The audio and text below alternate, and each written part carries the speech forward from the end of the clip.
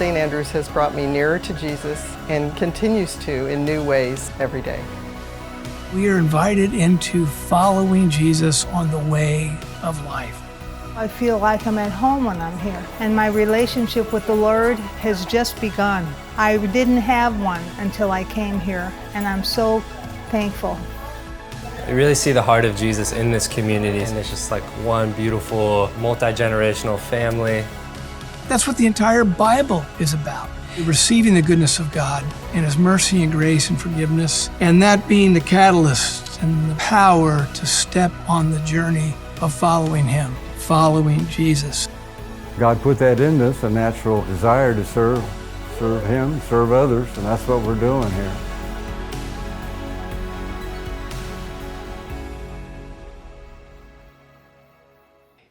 What a great morning, and we know it's a summer because it's freezing outside, so it's a summer series we're kicking off this week, and that is this series here, Flawed Masterpieces. We're going to take a look at a bunch of obscure people in the Bible that most people have never really thought much about, maybe have never even heard of, to see how they can help us to do what we talked about back in the last series, that we are called, especially coming out of COVID, to rethink what does it mean to actually be a church, to be a group of people that go to a church, to be a group of people that align not just with an institution, but with a person who's called us by name, Jesus, and then calling one another together. So we've committed, kind of stacked hands on, we're called to gather, and we're called to pray, and we're called to be poured out. So as we do that, flawed masterpieces, we're looking at ordinary people that God used to do extraordinary things, but most of all, they still remained ordinary. So we can learn from their experience and what they can teach us in the Old and the New Testament. Why flawed? Why would you go after the negative? After all, Christian people know that once you're a Christian, once you go to church, you're no longer flawed. Thanks for 4 of you actually still listening to me. That's perfect. Because the Apostle Paul writes in 2 Corinthians 4 that, come on, he says, we're all flawed. He says this in 2 Corinthians 4, 7 and 9, but we have this treasure, that's this unbelievable truth that God cares. We have this treasure in jars of clay, which are ordinary, cracked. You got to buy a new one every 2 or 3 weeks to show that this all-surpassing power is from God and not from us. See, we are hard-pressed on every side, but we're not crushed. We are perplexed, but not in despair. Persecuted, but never abandoned. Struck down, but not destroyed. So that's who we are. And the more easily we admit that and deal with that, the better God is going to be able to use us to pour out. So it's going to be a great summer of a whole lot of different people that we're going to be looking at these folks in both the Old and the New Testament. We're going to start off with someone that knew someone that was very famous. I'm not going to tell you who that is quite yet. We're going to actually talk about somebody related to David. You guys know King David. He's really famous. Next to Moses, those 2 most famous figures in the Old Testament. Great. But you know about David. Most of the time we know about David because we read the little children's book or saw it on PBS or whatever, that David, little guy with slingshot, killed the giant. Okay? The giant, he played offensive tackle for Alabama. And David played cornerback for Notre Dame. So he's just a little, Okay, so that's the first thing, is he killed the giant. Then he had all this stuff with a guy named Saul, and he ends up becoming king. But he's passionate in his call of God to lead all of Israel, and he's very successful. And he's got this beautiful artistic side. He played instruments. He danced in the streets. He wrote all these great psalms. For example, Psalm 86. If you go through the book of Psalms, a lot of them will say of David. He said this in Psalm 86:11, teach me your way, Lord, and I will walk in your truth. So we focus on David, who God called a man after God's own heart. Now that's something. If that's on your tombstone, wow, I want to meet you eventually. All right? A man after God's own heart, dancing, praising, winning battles, killing a giant, writing all this beautiful stuff. Now, we focus on that, but it's real easy to forget that David was just like you and just like me. He had a dark side. He had stuff in his life that caused him to slip, just like you and me. He actually had temptations that he gave into that created not only havoc, but horrific pain. But we don't talk about that a whole lot. I got a friend who's a producer, in Hollywood, which would be a good place to be a producer. And he and others own this script about David, but they're having a real hard time making it because they know no believers, the people that go to church, are going to want to see it because it has to be R-rated to be about David. Well, you know where we get that? Especially all over the place. But in 2 Samuel 11, that's in the Old Testament. 2 Samuel, you can look it up later. 2 Samuel 11 talks about David and this other person that's really famous, that she's not our hero today. She's great, but her name is Bathsheba. Now, what we read about in 2 Samuel 11 is that this is where it starts. And this isn't even our flawed masterpiece, but I got to set it up. 2 Samuel 11 tells us that in the spring, at that part of the world in that time in history, all of the kings of all these kingdoms would go to war with their soldiers, and they'd basically secure their borders and make sure everything's fine, maybe expand a little bit. That's what they did in the spring. David was so successful that he decided, I don't need to go. I can hang back here at the palace. So he sends all his armies out, and he stays in Jerusalem, and there he is in the palace, and so evidently he gets bored. Something happens. And he begins kind of wandering around at night. 2 Samuel 11 tells us this, really stark. I'll try to be a little bit more sanitized. As he's walking around and he's bored and he's looking around and he sees.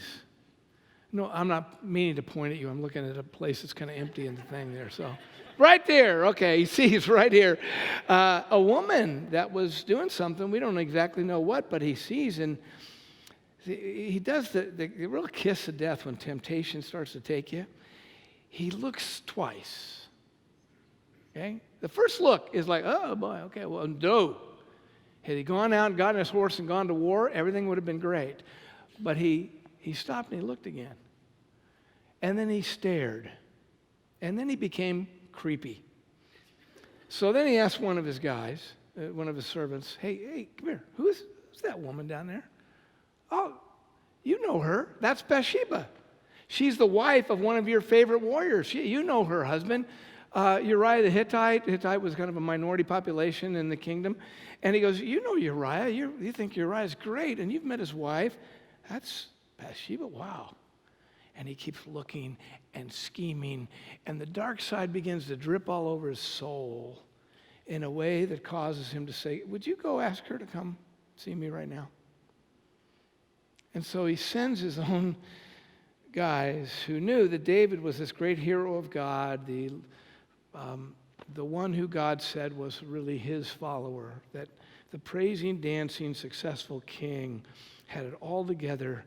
And all these servants, they knew about David, and they went and they got this woman, took her from her home, brought her into the king, and then left the room. And it didn't go into great detail at all, but we know enough about what happens in that kind of situation that David used his power and influence to destroy her, at least for that season. That's what happened. There's words you can use to describe what happened, but he overtook her. And we don't have any details of her relationship, but there is simply, if we just know human nature, there's no way that she was approving of this or grateful for this. She was torn from her home, left her husband, and was with David. Well, then she sends word to him a little while after that she's pregnant. This is 2 Samuel 11. This is in the Bible, those of you that don't get to read it much.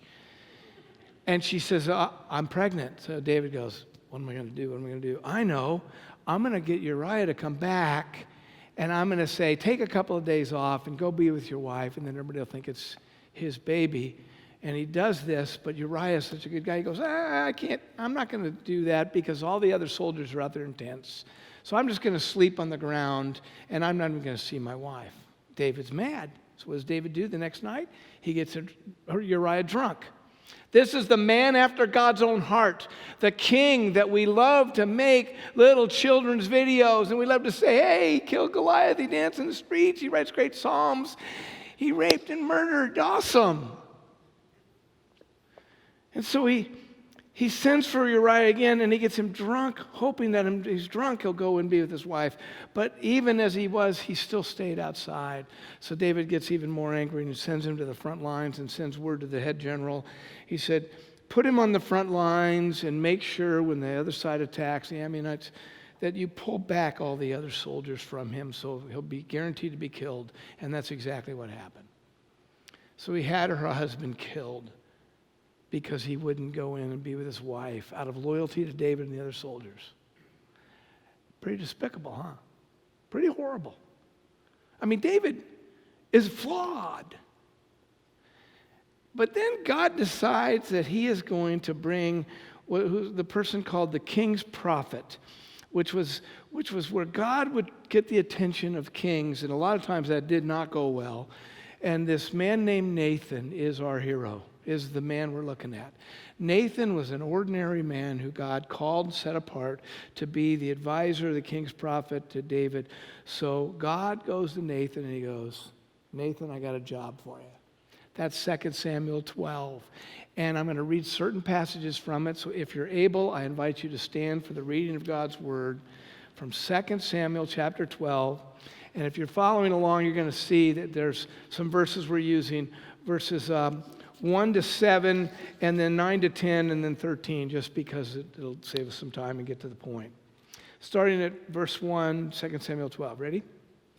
The Lord sent Nathan to David.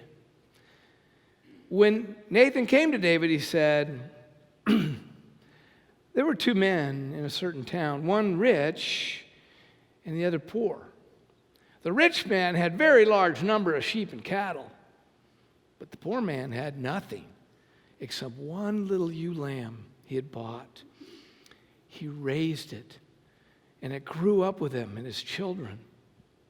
It shared his food, drank from his cup, and even slept in his arms.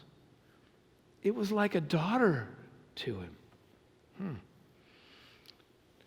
Now a traveler came to the rich man, but the rich man refrained from taking one of his own sheep and cattle to prepare a meal for the traveler who had come to him. Instead, he took and grabbed that ewe lamb that belonged to the poor man, and he prepared it for the one who had come to him.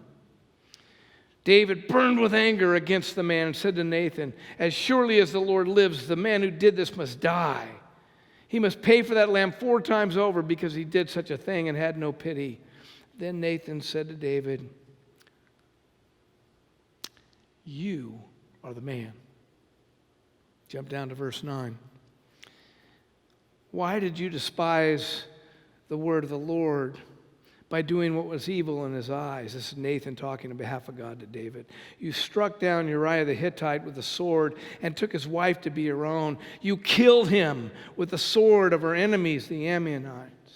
Now, therefore, the sword will never depart from your house because you despised me and took the wife of Uriah the Hittite to be your own. Verse 13, then David said to Nathan, I've sinned against the Lord. This is the word of the Lord. Thanks be to God indeed. You may be seated, and that was not all that really exciting in that response, but I totally get it after the reading of this stuff. Wow, Chap, we come and we hear this great music and unbelievable, and we're excited and we're seeing each other, and Christy's here for the first time back, and here, a good old chap.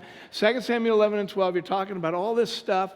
Why would you talk about that? Because Nathan is a great example of why we're doing this series. Because he's an ordinary guy that almost nobody heard of unless you know our Nathan Danielson, who works on our staff here. There's Nathans around, and maybe you've read this before, but maybe you haven't really thought about it. Maybe you just thought Nathan was kind of a tool to get David's attention. But actually, the reason we did that is because David needed Nathan. David needed help. He needed a voice.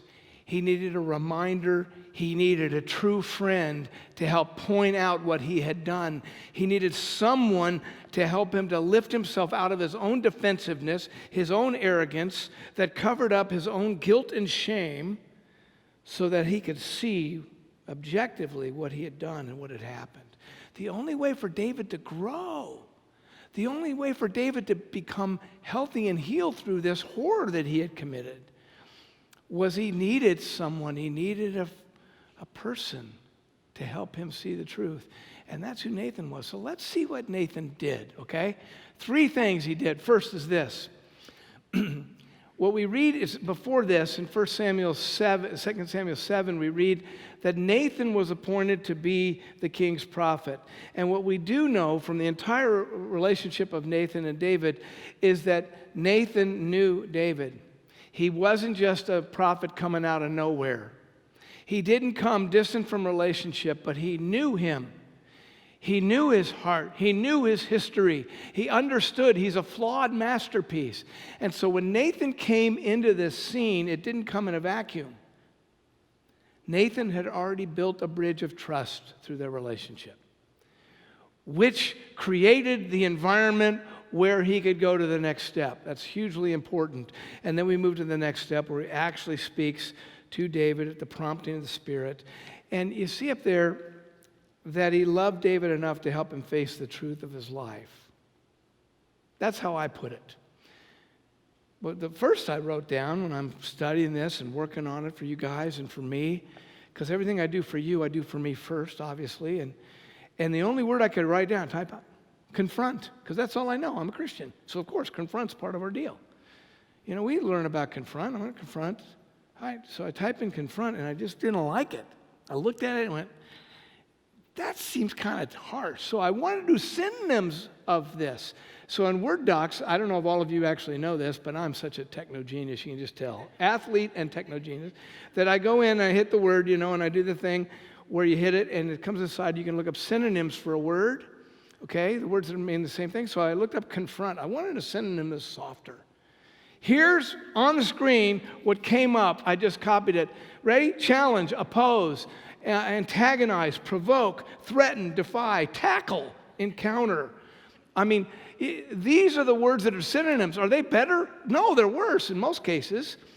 Because what we think of in terms of confront, and when we think of what actually Nathan would do, is he's going to confront the king, which is basically come at him. That's what we do. Hammer. Let them know they failed. And so then I thought, that still doesn't seem right to me and how this thing's unfolding.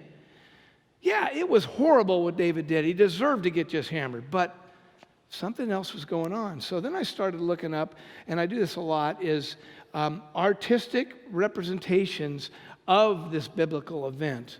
Google's really, really cool to do Bible studies. So you hit image on it, and I've got at least 20 in my computer, and I looked at probably 50. And I'm just picking out 3 of them just to show you what was very common. All right? Even the little cartoon one, which was really great, where David's the bug-eyed king, is what I would call him. And see the king? All 3 of the kings are just looking like, oh, but that's not what I want you to notice. I want you to notice what else is common in all 3 of these pictures, and all the ones I saw almost. Yes, exactly right. Pointing. They're all pointing at him.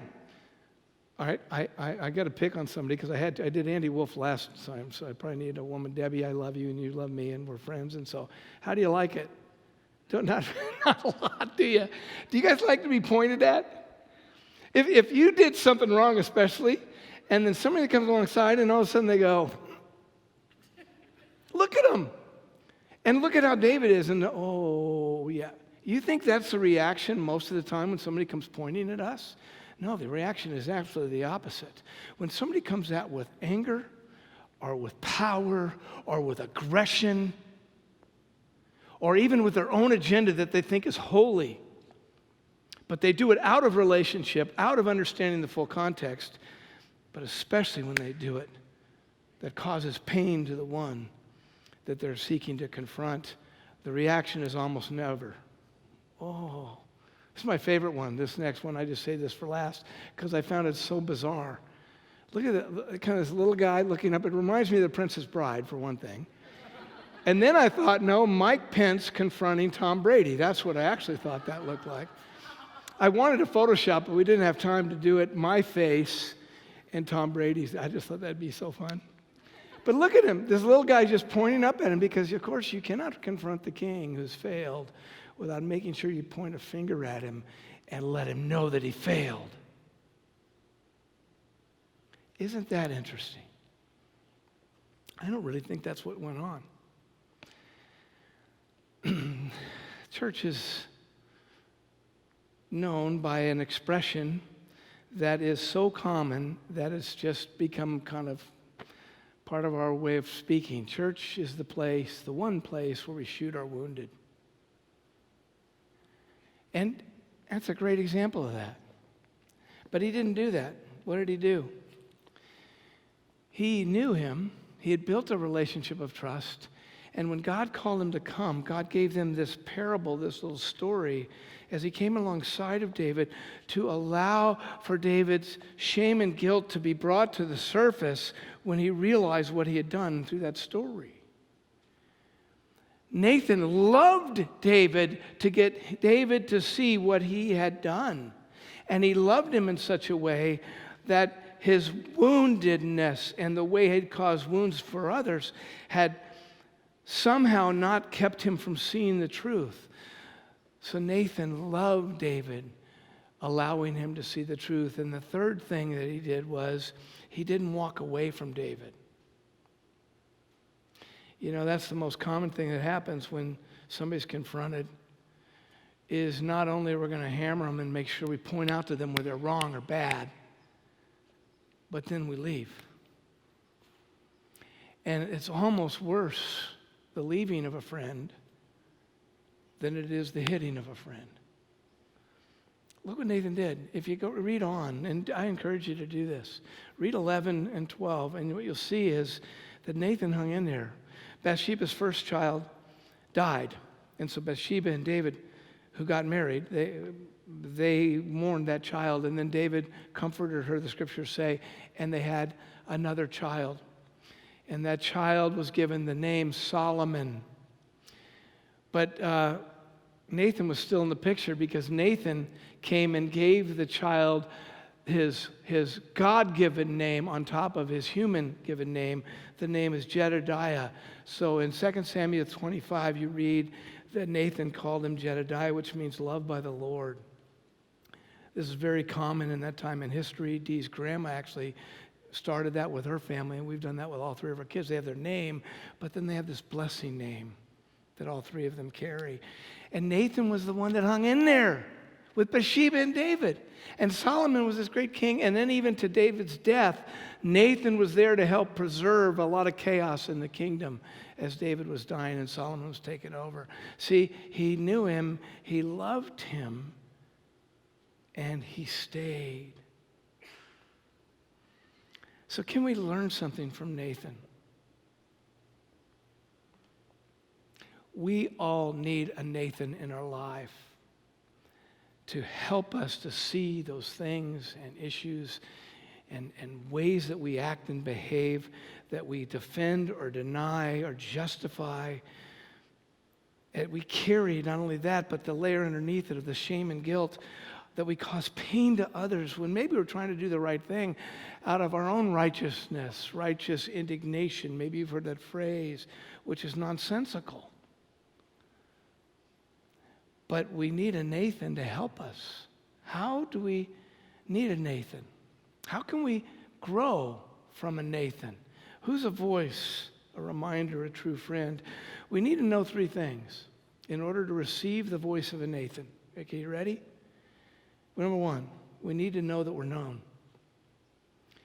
We need to believe that we are known by this person enough that we don't have to worry that they misunderstand us or they don't see that they're also as good. There is a masterpiece that is flawed.